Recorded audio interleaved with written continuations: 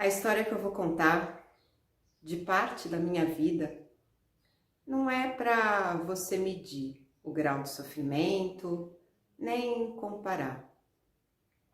Porque a gente não compara uma dor íntima, é a nossa dor.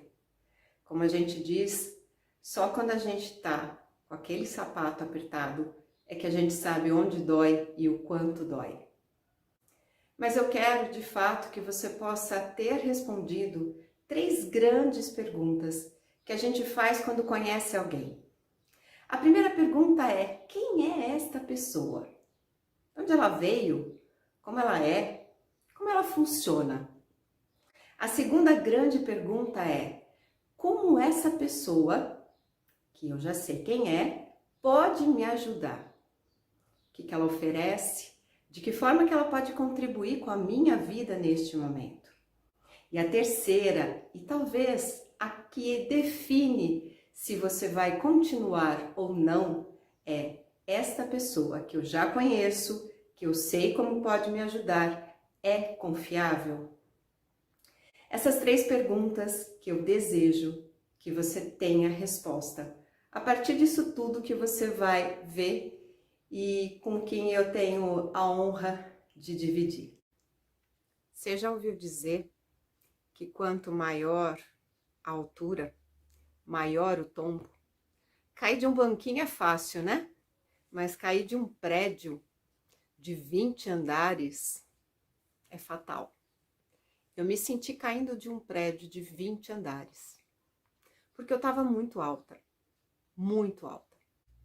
Então, o tombo foi catastrófico. Eu posso dizer que eu estava me sentindo em lua de mel. Eu estava há 1 ano aqui, eu vinha de um outro casamento em que eu não fui traída, mas fui muito rejeitada. Fiquei casada por 8 anos, estava em Santa Catarina, e eu deixei tudo lá. Deixei um apartamento que eu já estava separada, eu deixei o meu trabalho, deixei meu consultório que eu já tinha montado, eu tinha um trabalho como psicóloga pela prefeitura, trabalhava nos postinhos de saúde, tinha toda uma rede de amigos, então eu estava muito confortável, mas o mais importante para mim era realmente também me realizar como mulher, como esposa. Então eu vim para cá. Nós saímos em viagem, nós fomos fazer uma viagem que era uma viagem sonhada e por mim, por nós. A gente foi para a França e aí foi na sequência dessa lua de mel, posso chamar, dessa coisa boa e gostosa, que na semana seguinte da chegada aqui no Brasil, que foi o caos. Logo na semana, eu fui para São Paulo fazer um curso que eu fazia semanalmente, e aí quando eu liguei à noite, eu senti alguma coisa estranha. Não saberia dizer exatamente o que é, mas a gente diz assim, né? Sabe aquela intuição feminina? É isso que eu acho que eu posso dizer. Sabe aquela intuição feminina? Me veio algo muito ruim dentro de mim. Mas lógico, né? Minha cabeça já racionalizou, já tentou dar um pano de fundo diferente para tudo isso. E eu disse: não, para, Sandra. Imagina, você acabou de chegar da Europa, estava tudo ótimo, maravilhoso, foi delicioso, foi extremamente romântico, foi tudo que você queria, né? Relaxa. É isso que eu disse para mim. Só que aí, no dia seguinte,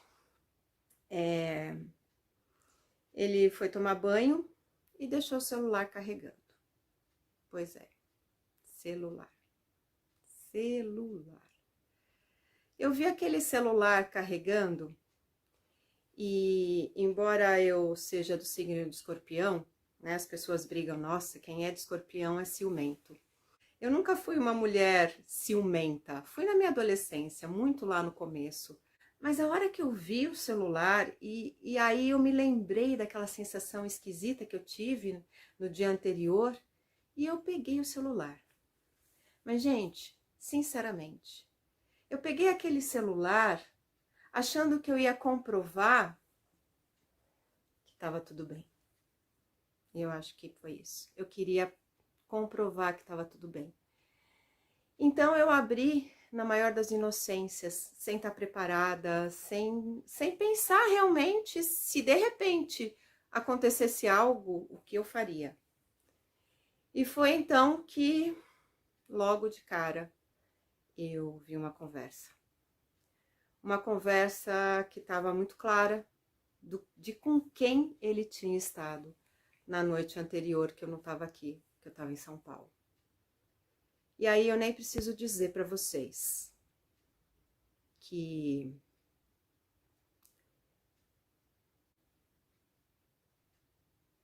foi um choque. Foi um choque. Porque eu não estava preparada. Eu jamais imaginaria que isso poderia acontecer na minha vida.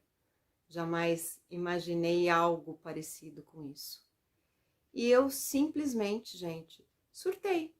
Eu surtei. Só que aí aconteceu uma coisa muito, muito louca, muito, muito doida dentro de mim. Eu tava com aquela sensação de não é possível, eu tô vivendo um pesadelo, eu preciso acordar desse sonho. Meu Deus do céu, me ajuda a acordar desse sonho, o que que tá acontecendo?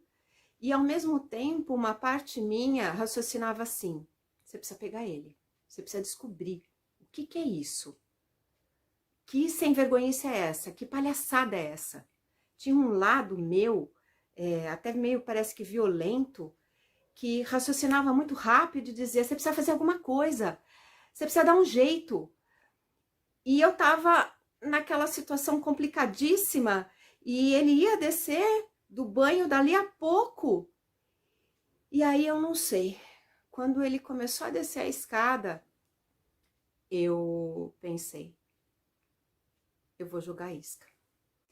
Então eu não sei como, é como se tivesse eu interpretando um papel ali, né, da pessoa que estava calma, mas eu estava realmente num choque, eu estava com meu coração super acelerado, minha respiração estava realmente ofegante, eu estava com medo, eu estava com raiva, eu estava fora daquela realidade, com todos os sintomas que a gente pode dizer de uma crise emocional, de uma crise de ansiedade, e me veio uma atriz ali.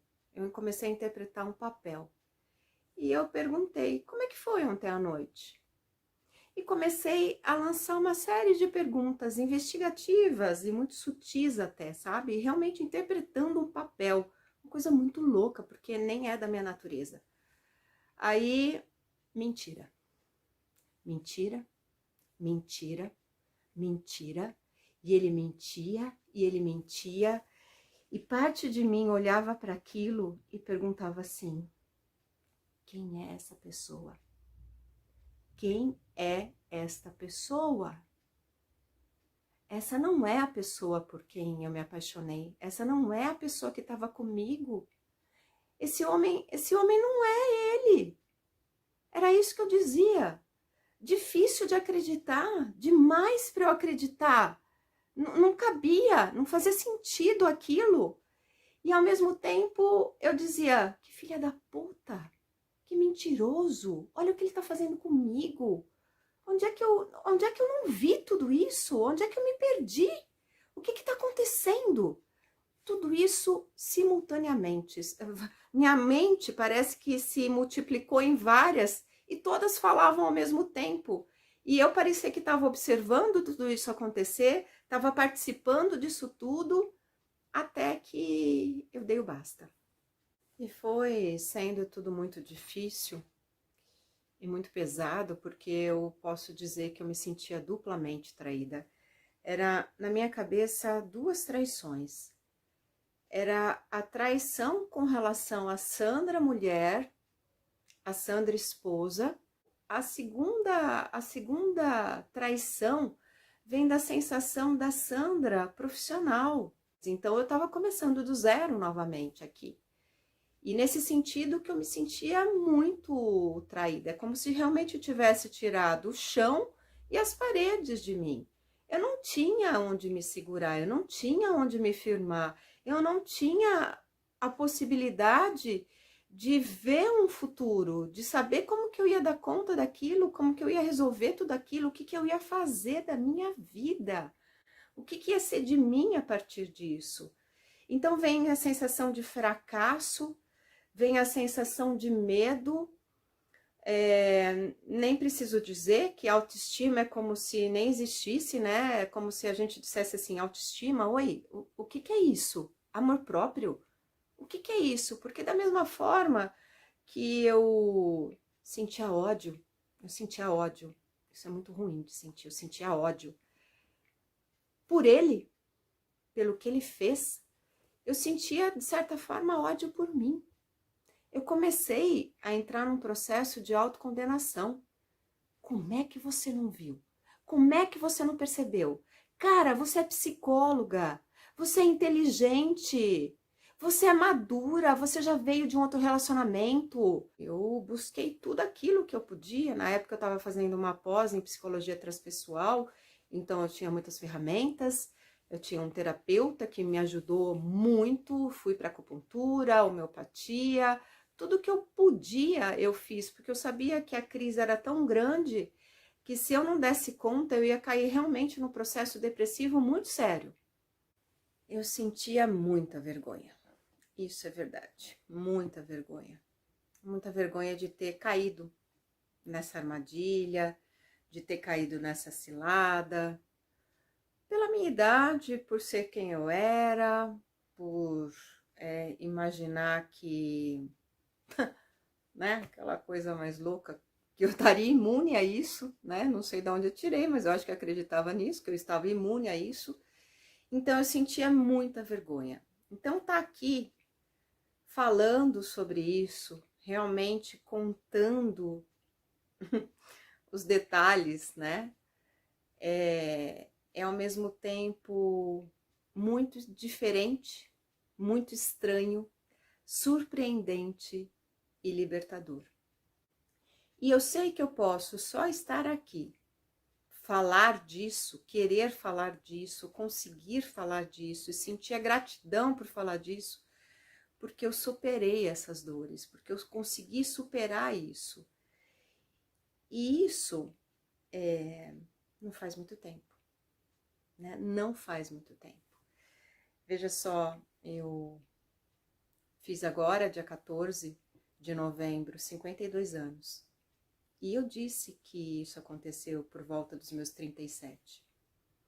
Hoje eu tô divorciada, moro com a minha filha, tenho toda a vida que eu pedi, eu tenho conforto, eu tenho minha profissão, eu me realizo muito, eu me sinto muito bem, eu me sinto muito alegre, mas essas conquistas todas foram muito recentes. E é interessante porque às vezes a gente não superou tudo aquilo que a gente viveu. E às vezes a gente acha que superou. Mas existem alguns sinais que me deixavam com a pulga atrás da orelha. Será que realmente você superou isso, Sandra? E foi somente com a hipnoterapia, eu nem busquei a hipnoterapia por causa dessa dor, não foi assim. Na verdade, eu cheguei até a Omni, acho que esse é um parênteses, né, que eu preciso fazer aqui. Eu cheguei na Omni porque existia uma pessoa que eu estava atendendo, ainda assim, com todas as ferramentas que eu sabia e que faziam a diferença para muitas pessoas, para essa pessoa específica estava difícil andar. E aí, aquela coisa, né? Eu falei, vou apelar, vamos lá, vamos descobrir o que essa hipnose clássica tem. E aí eu busquei um centro de referência. Na verdade, eu aprendi isso muito cedo com os meus pais. Quando a gente fala de educação, o que eu aprendi é busque o melhor, né? Para que você se torne o melhor. Então, eu busquei a Omni, que é considerada a melhor do mundo, que é a maior, né, em termos de todo o protocolo, tem do ISO 9001. Então eu fui para a Omni com a cara e com a coragem para ver o que dava, porque eu estava tentando ajudar uma pessoa que já estava há um tempo comigo e que os meus esforços não estavam realmente repercutindo. Então eu aprendi com um professor meu que quando a gente está tentando as coisas e não está conseguindo, ao invés da gente desistir, é melhor mudar a estratégia. Então, quando eu fui buscar a hipnose clássica, eu fui na tentativa de mudar exatamente a estratégia para atendê-la. E aí, eu não sei lidar com as coisas poucas, então eu, quando vou para alguma coisa, eu realmente quero aprender. E a única forma da gente aprender essas coisas todas que trabalham com o nosso interior, com a nossa mente, é nós passarmos para o processo. Então, dentro da formação do curso, eu fiz vários processos de hipnoterapia, mas também depois eu fui fazer fora, né? Eu busquei o nosso instrutor na época, o Felipe Feliciano, para dar conta de fazer, de continuar em processos, né? De fazer realmente o meu trabalho interno, que a gente sabe, que a gente só leva a pessoa até onde a gente foi. Então eu fui. E não é que aí aparece de fato toda a causa, né, da minha sensação de fracasso com relação à traição, de muito sentimento assim, de ser um lixo, de não ter valor, de estar perdida nessa questão de quem era eu, que já tinha melhorado muito, mas é aquilo que eu falei, tinham sinais que faziam com que ainda a coisa estava emperrada, ainda não fluía. E quando ia com muito esforço. E eu digo isso em termos de relação, em termos de lidar com a minha filha, em termos inclusive financeiros. E aí, a frase que eu vivi dentro do processo de hipnoterapia, que a gente busca a causa das situações, né? As situações de bullying que eu sofri, e que eu vi assim, a criança totalmente rejeitada que eu era. A ovelha negra, a que estava à parte. E quando eu resgatei essa minha parte, eu resgatei o melhor de mim. E a frase que veio depois da hipnoterapia, que é uma frase que ainda está comigo, e eu sempre me digo isso, é: o amor que você tem é suficiente. Você já tem, Sandra, todo o amor que você precisa. E quando eu falei isso, e quando eu disse isso para minha criança, e quando ela disse isso para mim, a gente não estava falando do amor de fora, não. A gente estava falando do amor próprio, né? Da minha verdadeira autoestima. Eu já tenho todo o amor que eu preciso dentro de mim. Isso me trouxe uma inteireza, uma fortaleza. Eu me vi gigante, eu me vi plena, eu me vi inteira. E aí, de fato, eu consegui perdoar, me perdoar, entender, acolher e poder falar disso e agradecer e me sentir liberta. Quando eu olho para toda essa jornada, eu vejo que tudo isso que eu descobri através de uma hipnoterapia e de todos os processos, né? Eu acho que todas as coisas culminaram para isso. E eu fico achando a vida incrível, como ela nos leva por caminhos tortuosos, mas para aquilo que é certo, né? Vejo que até a minha vida financeira melhorou. Porque quando a gente está de posse de nós mesmos, tudo flui com mais facilidade, com mais leveza. E se por acaso acontecem decepções, traições, dores, a gente consegue dar um novo significado para aquilo. E aí é aquela imagem que eu usei no começo, de você cair de um prédio de 20 andares. Mas, a hora que você cai desse prédio, você não é destruída, você não morre. Porque tem uma rede ali, tem tantos recursos, que é como se você, sabe aqueles filmes que você cai em algo muito fofo e que você novamente sobe. Quando você cai, você tem um suporte. Então você cai, mas você não morre mais, não tem mais como. Eu gosto muito de uma frase que diz assim: não importa o que fizeram de nós, importa o que nós fazemos do que fizeram de nós. É isso que eu acredito, é essa transformação que eu vivi. Não importa o tipo de traição, a dor que eu senti, o sofrimento que isso causou, importa o que eu fiz com isso. E eu só pude fazer o que eu fiz e testemunhar isso nesse vídeo porque, de fato, eu me tornei um gigante. Eu cresci. Eu me tornei eu mesma. E quando eu me torno um gigante, em termos do valor que eu me dou, em termos do reconhecimento de quem eu sou, em termos da aceitação que hoje eu sei que eu tenho por mim, pela minha vida, eu sei que eu pego aquela dor que estava no meu coração e coloco embaixo dos meus pés. Porque hoje eu sei que eu sou muito maior, que eu sou muito melhor em todos os sentidos. E é com muita gratidão e é honrando a minha história que eu divido ela com vocês.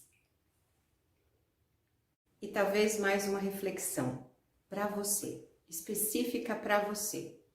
Vamos chamar de mais uma pergunta, além daquelas 3 que eu fiz no início. Quem eu sou, como eu posso ajudar e se eu realmente sou confiável. A 4ª pergunta e a reflexão é: será que isso que eu tenho, eu realmente posso ter a ajuda da Sandra? Eu também não sei.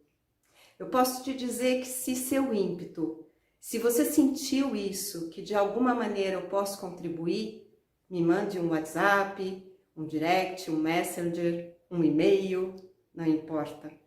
Porque se eu realmente não puder te ajudar da forma como você está imaginando, eu posso te assegurar que eu tenho como indicar, contribuir, mostrar um caminho, mesmo quando esse caminho não necessariamente eu possa trilhar com você.